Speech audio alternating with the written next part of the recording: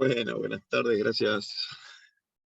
Y vamos a comenzar a ver, Diego, si ya podés activar la cámara. Y vamos a comenzar con esta última presentación de esta última versión del año de la Expo Week Online. A ver, ahí te tenemos. Buen día. ¿Cómo andás, Diego? ¿Qué tal? Bueno, buen día, ¿cómo andás? Acá contando que estamos comenzando nuestra última charla de presentación en esta versión de la Expo EFI. Hoy vamos a presentar y vamos a charlar con Diego Giacomini en su último libro de reciente aparición, La Revolución de la Libertad. Diego es un prolífico escritor, nos bombardea con libros. Todos los años tenemos novedades editoriales por parte de Diego, así que bueno, felicitaciones por el gran trabajo que estás haciendo, Diego, en este tema y investigando todas las cuestiones básicamente de la economía anarcocapitalista, sobre todo, ¿no es cierto? Que es el gran tema que te está apasionando en los últimos tiempos y me parece bien. Te cuento, Diego, que tuvimos una semana de bastante trabajo. Estuvieron presentes y pasaron por estas presentaciones que venimos realizando con la Expo. Iván Carrino, Federico González Rouco, Ricardo López Murphy y Adrián Ravier ayer, que junto con Ricardo Rojas y Saul Keisman nos trajeron las últimas novedades editoriales que tenemos. Y en este caso eran libros de Unión Editorial y de Grupo Unión, pero el tuyo lo hiciste con Galerna, con los amigos de Galerna que siempre están trabajando a la par nuestra con bastante material, sobre todo sobre la ciudad de la libertad. Así que contanos un poco cómo tenemos unos 30 y pico de minutos para charlar acerca de tu nuevo libro y quería que nos cuentes un poco este avance de la revolución de la libertad, en qué consiste y qué novedades tenemos con relación a este último material que está trayendo. Bueno, mira, voy al grano. Yo creo, si no me vendo yo, ¿quién me va a vender, no? Yo creo que es un libro que lo que yo procuro al escribirlo es que el lector que voluntariamente decida leerlo, mi pretensión es provocarle una fuerte disrupción cognitiva. ¿Qué quiero decir? El lector, yo pretendo que al leerlo, mientras lo lee, cuando termina de leerlo y lo cierre, diga: he estado engañado y me han engañado a propósito durante toda mi vida, desde que entré a jardín de infantes hasta que salí del PhD o doctorado. Y el engaño fue creciendo a medida que avanzaba en el sistema educativo formal. Y tengo ganas que cerró el libro, le pase esto, tenga dudas, reabra el libro, lea partes específicas para sacarse esas dudas y cuando lo vuelva a cerrar, concluya: estaba todavía más engañado de lo que había concluido en primera instancia, ¿no? A ver, el libro empieza con una introducción que se llama Camino a la Revolución, que la escribió muy gentilmente, le estoy inmensamente agradecido, a Nicolás Moraz, ¿no? Voy a hacer un repaso por el libro. El primer capítulo se llama El derecho natural y las ideas de la libertad. El derecho natural no tiene nada que ver con la religión, sino que tiene que ver, ¿por qué se llama natural? Porque está relacionado con la esencia del ser humano, surge de la naturaleza del ser humano. Y es el andamiaje que construye una arquitectura objetiva y nos dice qué está bien y qué está mal, qué es justo y qué es injusto, y que este andamiaje objetivo de lo que está bien y lo que está mal, de lo que es justo y lo que es injusto, es estable, es permanente, es no cambiante a lo largo de la historia de la humanidad. O sea, es válido para cualquier hombre, para cualquier mujer, de cualquier credo, de cualquier color, de cualquier edad, en cualquier lugar del mundo. en el pasado, en el presente, y lo será también en el futuro. Explico cómo surge el derecho natural, qué implica el derecho natural.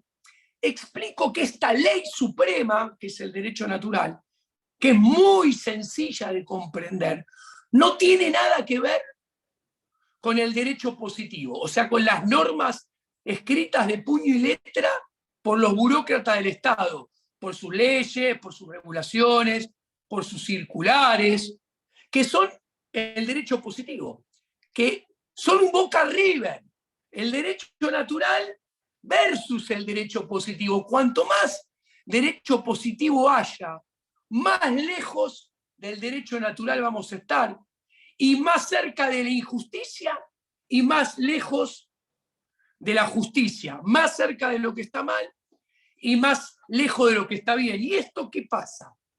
Empodera al Estado, hace acrecentar el poder político a expensas del poder social, hace acrecentar al Estado a expensas del individuo, avasallando nuestros derechos individuales, entre ellos nuestra propiedad privada y nuestra libertad. En el segundo capítulo, entonces, ¿esto qué muestra? Que el derecho natural, que remarco, que indica lo que está bien y lo que está mal, es antagónico con el Estado. Entonces ahí pasamos al capítulo 2, y yo ahí explico que el Estado es el único enemigo. ¿Ok? Y ahí explico que el Estado, al tener el monopolio de la ley, de la administración de justicia y del castigo, tiene el anabólico perfecto para su crecimiento exponencial, que después a lo largo del libro lo ilustro, de cómo sobre todo a partir de la segunda mitad del siglo XIX y especialmente a partir del siglo XX y en el siglo XXI, el Estado no paró nunca de crecer a expensas de nuestra propiedad privada y a expensas de la libertad. Explico qué es el Estado, cuál es su esencia, cómo surgió. Y ahí hago hincapié en una idea en este segundo capítulo, que el Estado y el gobierno son dos cosas totalmente diferentes. Y acá explico cómo el conservadurismo, que tiene dos familias diferentes, pero que son dos caras de la misma moneda, el socialismo o el conservadurismo de derecha, son recetas que terminan haciendo acrecentar al Estado. Y en este mismo capítulo muestro cuál es la estrategia que debemos, que después en el último capítulo profundizo, doy el primer mensaje de cuál es la estrategia para ir debilitando el Estado, que no es otra cosa que el agorismo, la contraeconomía, la desobediencia al derecho positivo. Y entonces acá explico el tercer capítulo, que es el fracaso de las constituciones liberales, ¿no? Explico cómo el liberalismo clásico, con todas las mejores intenciones del mundo, produjo las constituciones liberales que tenían como objetivo contener al Estado, evitar su avance sobre el derecho natural, sobre los individuos, pero al darle el monopolio de la defensa, la seguridad, la ley, la administración de justicia, terminaron dándole el mejor anabólico a la masa muscular del Estado. Y explico y me adentro en el problema del monopolio estatal de la justicia y la seguridad. Explico que en la República es mentira la división de poderes, los frenos y contrapesos, porque explico que la Corte Suprema de Justicia, que para que se entiendan, son burócratas de carne y hueso, relacionados con partidos políticos, que son propuestos por el Poder Ejecutivo y son nombrados en la mayoría de los países del mundo a cambio de esa propuesta por el Poder Legislativo, son parte del Estado. Entonces, se rompe el precepto básico del derecho. Vos no podés hacer a alguien parte y juez del asunto. No puede ser que el Estado termine determinando si el Estado avanza sobre los derechos naturales o sobre la propiedad privada. ¿Sí? Porque la consecuencia, ¿cuál va a ser? Que nunca va a terminar dictaminándose que avanzó. Todo va a terminar siendo constitucional. Y a las pruebas me remito, desde que esta arquitectura, y lo cito y lo ilustro, desde que esta arquitectura, que va a cumplir, redondeando, 200 años, existe, el Estado no paró de crecer. Vamos a los últimos 40 años de Argentina.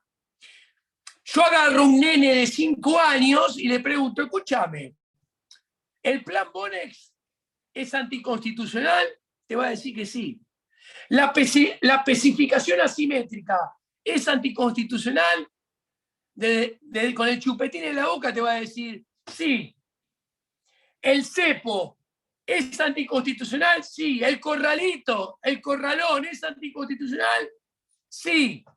La medida ayer del Banco Central, que se mete con la propiedad privada y la relación entre dos privados, un banco que tiene que financiar nuestros viajes o no al exterior, ¿es anticonstitucional? Sí. Y bueno, ¿me explican por qué la Corte Suprema de Justicia en la vida dijo que nada es anticonstitucional? En la vida. Bueno, por esto que explico. Entonces, ahí voy al cuarto capítulo que analizo la profundidad del asunto, que es la educación pública como el más aceitado mecanismo de dominación.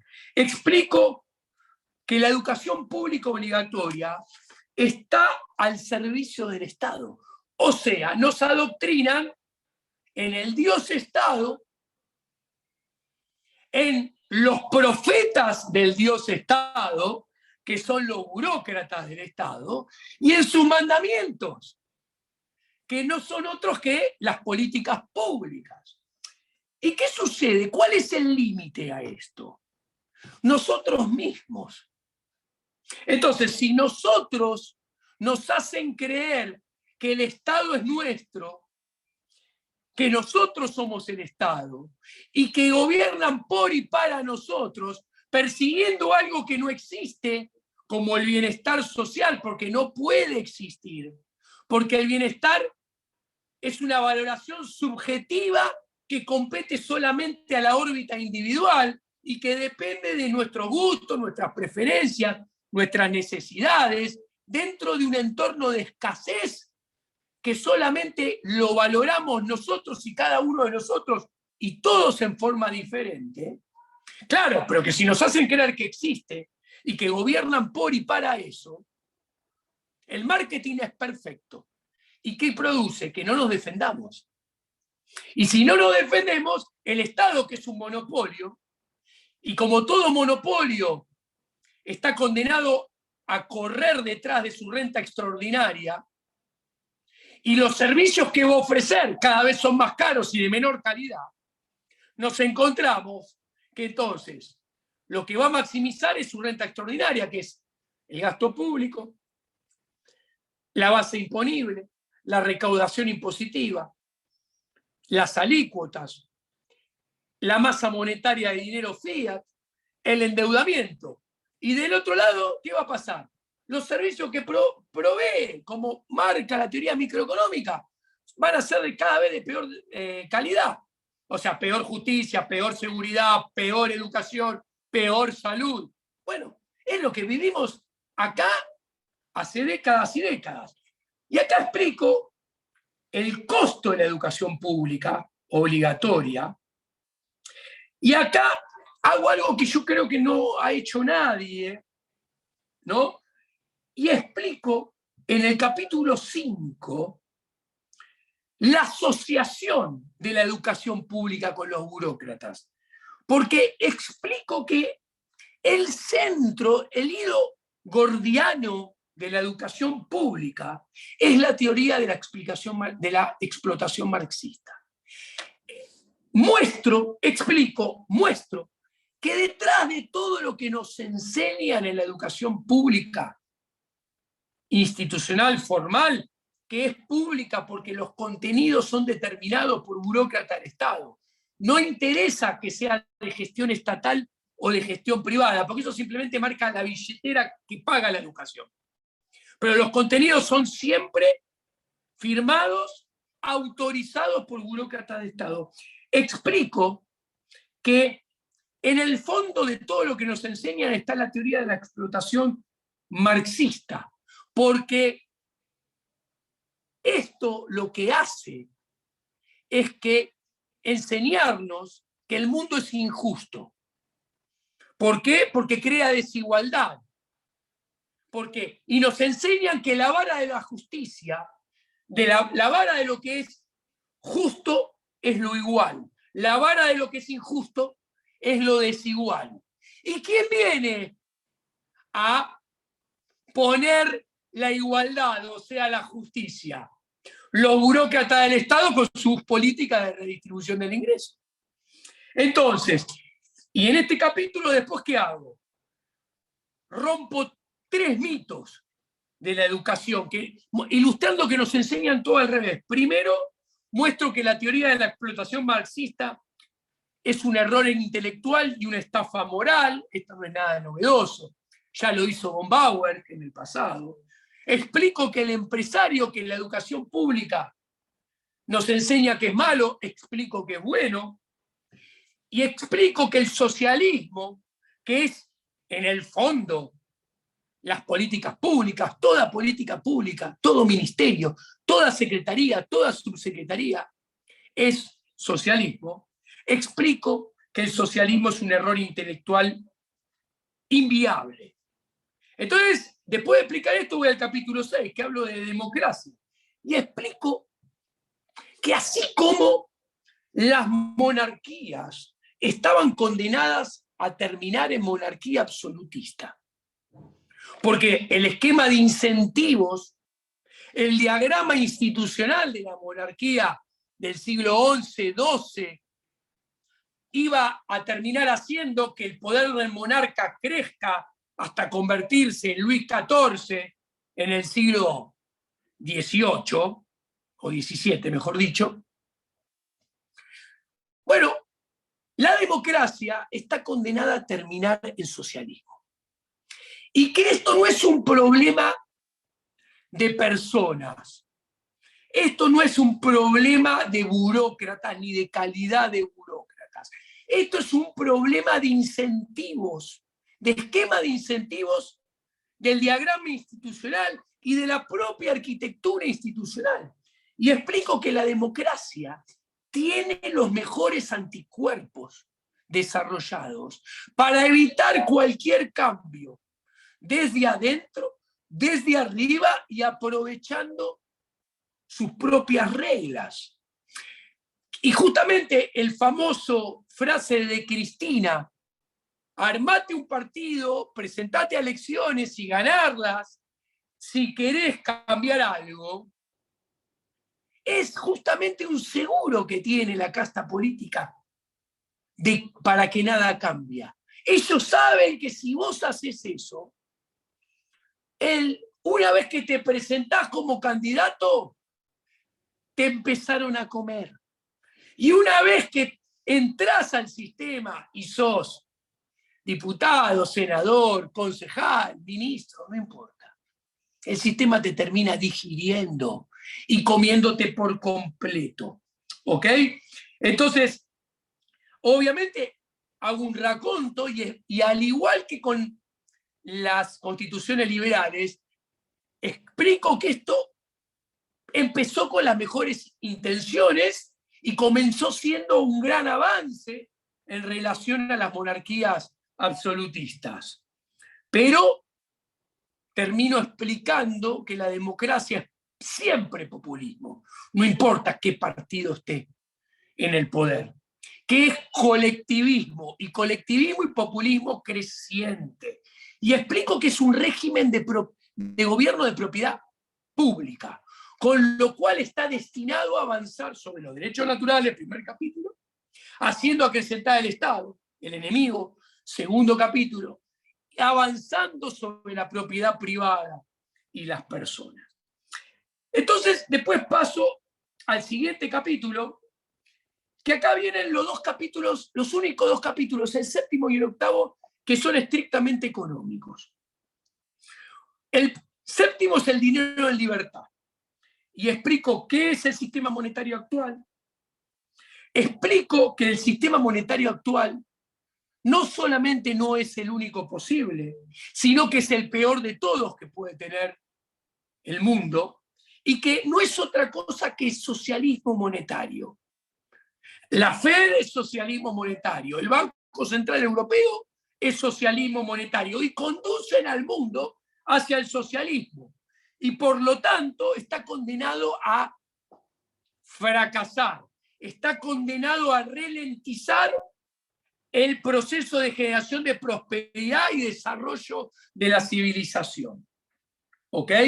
Y que este mismo sistema monetario socialista es el que genera las crisis recurrentes que los socialistas llaman crisis del capitalismo, pero que en realidad son crisis del sistema monetario, que es un sistema monetario socialismo, ¿no? Socialista. Y acá hablo de un dinero, que el dinero hay que sacarlo de las garras del Estado. Y hago una propuesta de nuevo sistema monetario a nivel mundial. El octavo capítulo hablo de las criptomonedas. Es el otro gran capítulo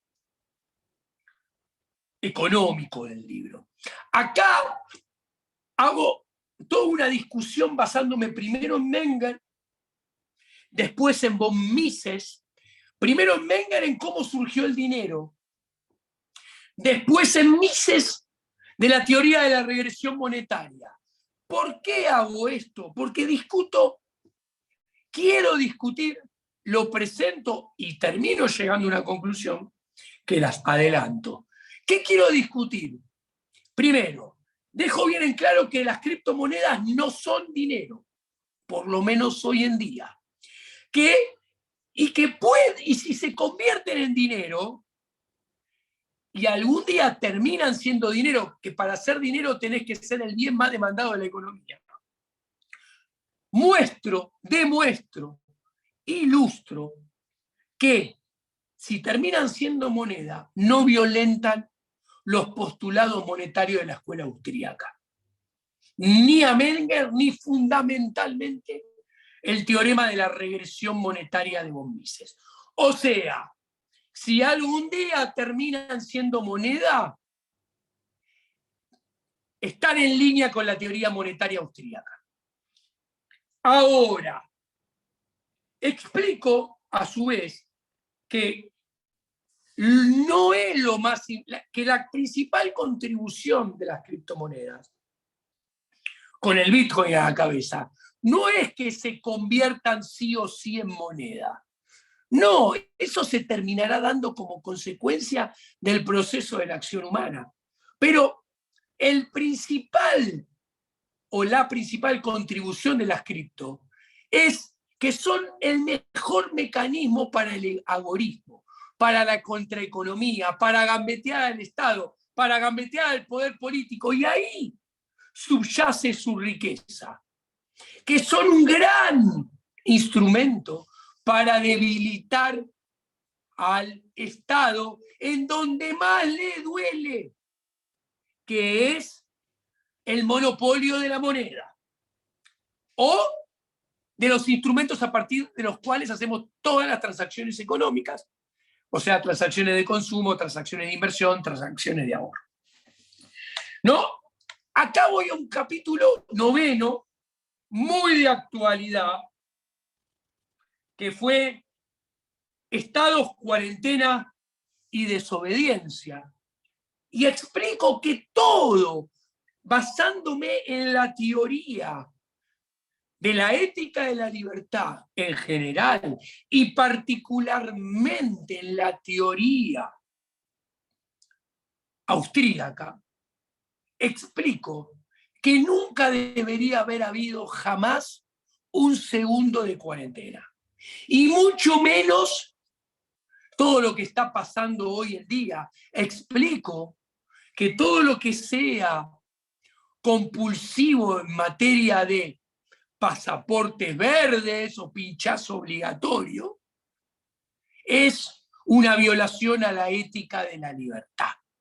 Es una violación a los derechos naturales del ser humano. Y esto hay que condenarlo desde la ética y desde la moral, no desde el utilitarismo. Posteriormente voy a un capítulo 10, que acá presento las ideas de la libertad y el aborto, que es un tema que estaba muy candente en Argentina cuando escribí un libro, y el libro, el año pasado, y es un tema que en Latinoamérica, desde México a Tierra del Fuego, va a estar años vistas adelante en discusión. Entonces, y acá voy a describir los subpuntos del capítulo. Breve historia del aborto en diferentes culturas. La Biblia, la Iglesia Católica y el aborto a lo largo de los 2000 años de la institución católica apostólica romana. Las ideas de la libertad, el derecho natural, el tiempo, la teoría austríaca y el aborto. Yo creo que es un tema que nunca ha estado abordado desde esta óptica en la literatura. Posteriormente voy al capítulo 10, que es el anteúltimo, que presento un modelo de justicia y seguridad totalmente en libre mercado. Explico cómo en una sociedad libre la justicia y la seguridad, tangiblemente lo explico cómo construirla, podría estar proveída por empresas privadas sin Estado. ¿Ok? Empiezo por Gustave de Molinari, ¿no? El fabuloso economista belga de mediados del siglo XIX, discípulo de Bastiat, que él ya había concluido que la seguridad tenía que estar en libre mercado como todos los demás. Explico que la justicia y la seguridad deben ser privados, porque si no son privados, nunca vamos a poder tener libre mercado. Muestro antecedentes exitosos de justicia y libertad totalmente en libre mercado y proveídos en forma privada.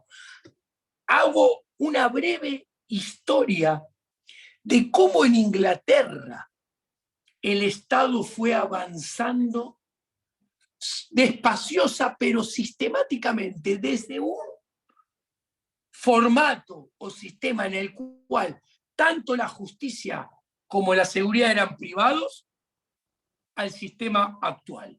Y terminó mostrando este potencial modelo de justicia y seguridad privada en libre mercado, cómo debería estar construido. Y el último capítulo es el 11, que es hacia una sociedad libre. Muestro que primero y antes que nada tenemos que desarmar nuestro sesgo cultural, que creemos que es indispensable que exista un Estado, que nos provea de un montón de cosas, que en realidad a lo largo del libro demostré, uno, que la educación nos creó un sesgo, dos, que todo lo que nos provee podría estar proveído por empresas privadas en libertad. Después explico que para sacarnos el Estado de encima tenemos que... Uy, ¿me ven? ¿Me estás viendo? Ahí apagaste la cámara, me parece, Diego. Esperá que hice lío, que hice algo con la cámara, la saqué, ¿no? Sí, sacaste la cámara. A Fíjate ver, si la espera podés. Sí, voy a tratar de ponerla de vuelta, espera. Esperen. Tranquilo, no A hay ver, problema. esperen. Disculpame que no sé a dónde metí la cámara. A ver, espera, ya está, ya lo arreglé. Ahí está, Ya lo tranquilo. arreglo. Esperen un segundo. A ver, acá estoy. Ahí el entusiasmo voló la El cámara. entusiasmo, acá estoy. Lo Así que, estoy.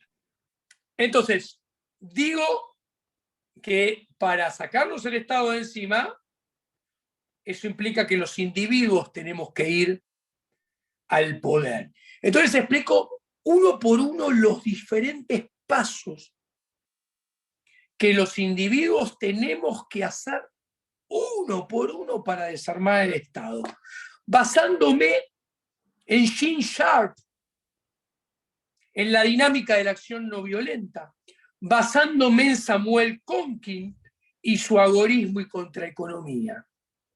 Y el último subpunto, lo que explico, es que la teoría muestra y demuestra mediante la praxeología que la única manera de podernos sacar de encima estas capas de pieles paquidérmicas de Estado que tenemos, que son 3 niveles, federal, nación, provincias, municipios de encima. La única manera de hacerlo es ir en contra de la centralización del poder. Y esto no es otra cosa que la secesión. Hay que ir hacia la secesión, donde las unidades administrativas sean muy pequeñas. A ver, para que se entienda, hay que desarmar el sueño de Garibaldi, con un ejemplo lo pongo, de la Italia unida, y hay que volver a las pequeñas unidades administrativas. O sea, Venecia, Génova, San Marino, Luxemburgo. Y es muy interesante, porque uno tiene la creencia de pensar, claro, si Córdoba se sesionara, si Mendoza se sesionara, ganarían prosperidad enseguida. Claro, no tengas dudas. Córdoba y Mendoza ganarían prosperidad enseguida. Ahora bien, en el largo plazo, los que más ganarían serían la Formosa, las Misiones, los Chacos. Obviamente en este proceso de secesión, en el corto plazo, muy probablemente, la Formosa las pasarían más difíciles en un primera instancia que las Córdoba y las Mendoza. Pero en el largo plazo tendrían mucho más para ganar. ¿Ok? Y esto lo explico hacia el final del libro. Y estas son las 400 páginas del libro. perfecto, perfecto. ¿Querés acomodar la cámara tranquilo ahí, a ponerte tranquilo? Ahí lo Mientras pongo en el trípode. voy buscando algunas preguntas acá que se están generando. De por sí, bueno, acá ya hay una persona que nos manda por el chat estamos saliendo, como te comento, acá por el Zoom, pero al mismo tiempo por YouTube en directo. Les recuerdo también que las presentaciones de los libros que mencioné al principio también están disponibles y grabadas en YouTube, así que cualquiera que quiera verlas o reverlas en el sitio de ExpoEFI de YouTube lo pueden encontrar. Y también los que están interesados en la compra del libro, acá ya hay una persona que lo compró por el Google, nos dice acá que está disponible, que lo compró. Están disponibles también en el teléfono que está puesto acá sobre el libro, en la pantalla, que es el 11 31 66 26 86. Y hasta tenemos una oferta de Diego que muy gentilmente nos ofreció, que es lo manda firmado el libro, en este caso. Así que vamos a tener, por lo que compren en la Expo EFI, van a tener el libro de Diego firmado por Diego. Exacto. Para que lo puedan tener de colección. Bueno, preguntas. Acá nos menciona, bueno, de por sí te digo, es un trabajo sensacional. A primera vista yo lo leí el libro, es estupendo, y estás arrancando con como ya lo mencionaste, si lo charlamos en varias oportunidades nosotros, un esquema muy rothbardiano, digamos, de encarar el tema y lo has estudiado a fondo a Murray Rothbard. Así que eso realmente es uno de los principales avances que hemos tenido en los últimos meses, años, te diría, acá en Argentina, el poder analizar y discutir desde el punto de vista de Murray, Rothbard, la economía y la sociedad en general, ¿cierto? El principio de derecho natural, que es parte del centro y que lo tiene La Ética de la Libertad, que es un libro que a vos te encanta y que un día podemos hacer una buena presentación de ese libro públicamente, porque es la base del fundamento de tu trabajo, ¿no? Así que bueno, eso por un lado. Acá nos dice, por ejemplo, tenemos el prólogo de Nicolás, es brillante, Sí. por un lado. Nicolás, también un abrazo grande. Tenemos pendiente con varios temas con él, sobre todo sobre el tema de Spooner, que él es un fanático de Lindner, así que también lo tenemos que charlar un día y hacer alguna cuestión en conjunto con él. ¿Te parece que el esquema que proponés es practicable? Nos pregunta acá Marina. No tengo la menor duda, Marina. Mira, te contesto. Argentina, así como está, no lo pensaste seguramente, nació de una secesión. Argentina en 1853 nace de la secesión de la provincia de Buenos Aires de la Confederación. Hoy en día te puedo decir que Inglaterra se acaba de secesionar de la Unión Europea y Escocia se quiere secesionar del Reino Unido. ¿Ok? Y, por ejemplo, si los catalanes no se han secesionado de España, ¿sabés por qué? Porque desaparece España.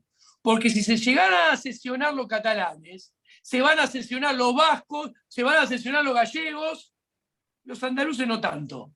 Y entonces la Unión Europea es parte interesada. Pero hay que entender que los sistemas políticos y sociales, con su trasfondo económico, son dinámicos, tienen vida, siempre cambian. A ver, Marina, si esta conversación la hubiéramos tenido en el siglo XVIII y yo me hubiera disfrazado de Thomas Paine, vos me estarías diciendo que a vos te parece razonable, Diego Giacomini, alias Thomas Paine, que algún día el primer mandatario va a ser elegido por todos por voto universal y que el voto universal iba a valer 1? Y seguramente a vos, Marina, te iba a parecer descabellado. Es más, si esa misma pregunta me lo hubieras hecho con respecto a la esclavitud, vos me dirías, Diego, ¿te parece probable que deje de haber esclavitud? Porque mirá que todos los países desarrollados del mundo tienen esclavitud.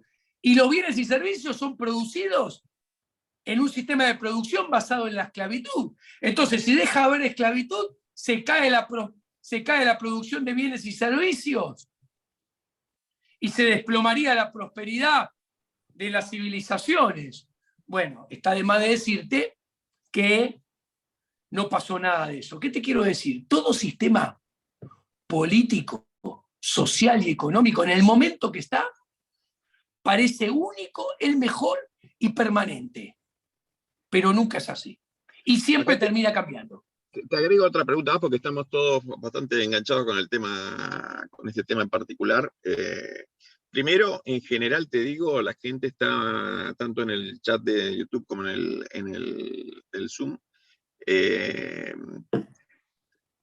Hace muy buenos comentarios de la ponencia, pero aparte de eso, hay un detalle muy puntual, que esto es una cosa que siempre nosotros hablamos, es el brillante cómo abrís cabezas con esto, ¿no es cierto? O sea, plantear los temas, de relanzar el tema muchas veces y darnos una pausa de 1 hora, 40 minutos o un día de lectura, hace que efectivamente podamos repensar las cosas y fijarnos dónde están los problemas que a veces con la cotidianidad uno no tiene la facilidad de hacerlo, ¿no es cierto?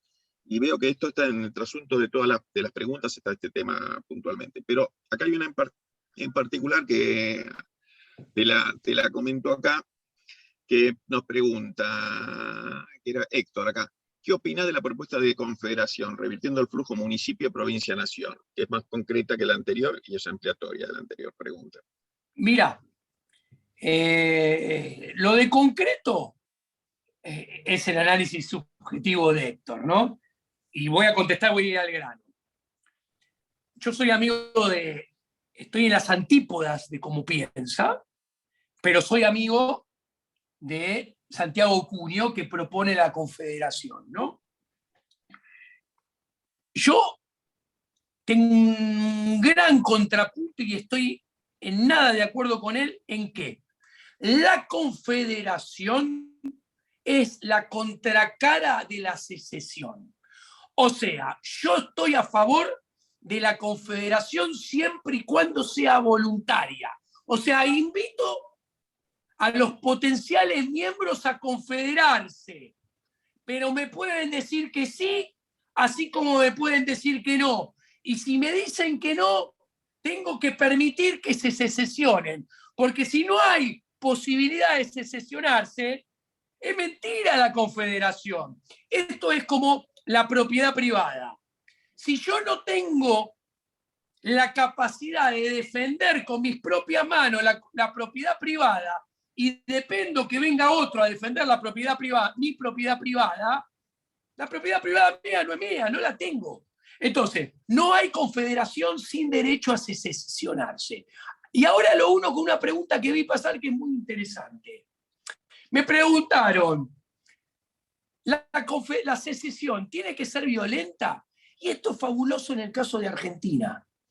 Argentina tiene, desde mi análisis y subjetividad, la posibilidad de tener el proceso de secesión menos violento y pacífico de la historia de la humanidad. ¿Por qué? Porque Argentina no tiene fuerzas armadas. Argentina no tiene militares. ¿Quién te van a mandar para darte un garrote en la cabeza y no te secesiones? Lo estamos viendo en carne propia, delante nuestra, lo que nos pasa en la realidad de todos los días. O sea, tenemos un Estado que nos saquea como nadie y no tiene ni siquiera la capacidad de brindar la seguridad más mínima. Lo estamos viendo en el sur. Entonces, a ver, vamos a poner un ejemplo concreto. Y uno tiene una tendencia a decir que un proceso de secesión tiende a coincidir con las unidades administrativas que existen hoy en día. Yo mismo, para que se entienda, hace unos minutos dije, se secesiona Mendoza, se secesiona Córdoba. No, a ver, el Alto Valle del Río Negro y todo lo que se produce ahí, que tiene una parte en Río Negro, tiene una parte en Neuquén, diferentes lugares de ahí se pueden juntar y armar una nueva unidad administrativa, pongo un ejemplo, y que decida salir al Pacífico y comerciar hacia Asia a través de una alianza con Chile, por decir, de total libre comercio, de total apertura de inversiones de Asia hacia ahí, y no tengan dudas que eso, a los ciudadanos de ahí, les conviene mucho más eso, y tienen mucho más lazos de asociación y cooperación en ese esquema que con Misiones y saliendo del Paraguay y Brasil. No tengo duda de eso. Y no va a ser violento, porque no hay con qué. Para que sea violento, ¿cuándo hay la máxima violencia? Cuando aparece un Estado fuerte que quiere evitar la secesión y quiere jugar en contra de los ciudadanos que se quieren secesionar y va in situ con los tanques, el armamento para darle un garrotazo en la cabeza. Acá no hay con qué. Okay. La máxima violencia siempre está en manos del Estado.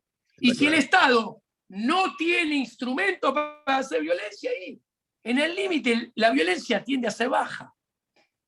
Ok, sí, tenemos que terminar ahora, pero felicitaciones por el libro. Realmente hay elogios por todos lados para la obra. Esperemos que la lean. Los invitamos a leerla, que la pidan. Tienen el contacto nuestro.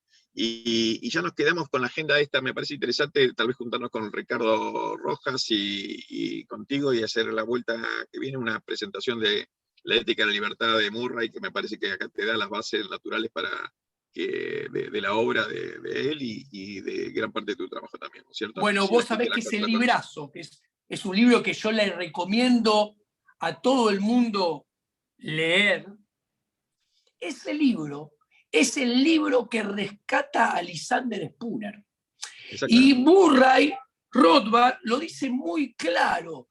El último mojón del liberalismo radical, el anarquismo, que tenía fundamentos éticos y morales, fue Lysander Spooner, porque si tomamos a sus herederos, como por ejemplo Benjamin Tucker y todas sus publicaciones en Liberty, ellos dejan el derecho natural totalmente de costado, lo corren y todos sus argumentos pasaron a ser utilitaristas y no basados en la ética y la moral. Bueno, muchísimas gracias de nuevo. Estamos en contacto. Muchas gracias a toda la gente por este aguante y acá siguen cayendo las felicitaciones por la presentación. Así que muchas gracias y le vamos allá a pasar el control a la gente de COEFI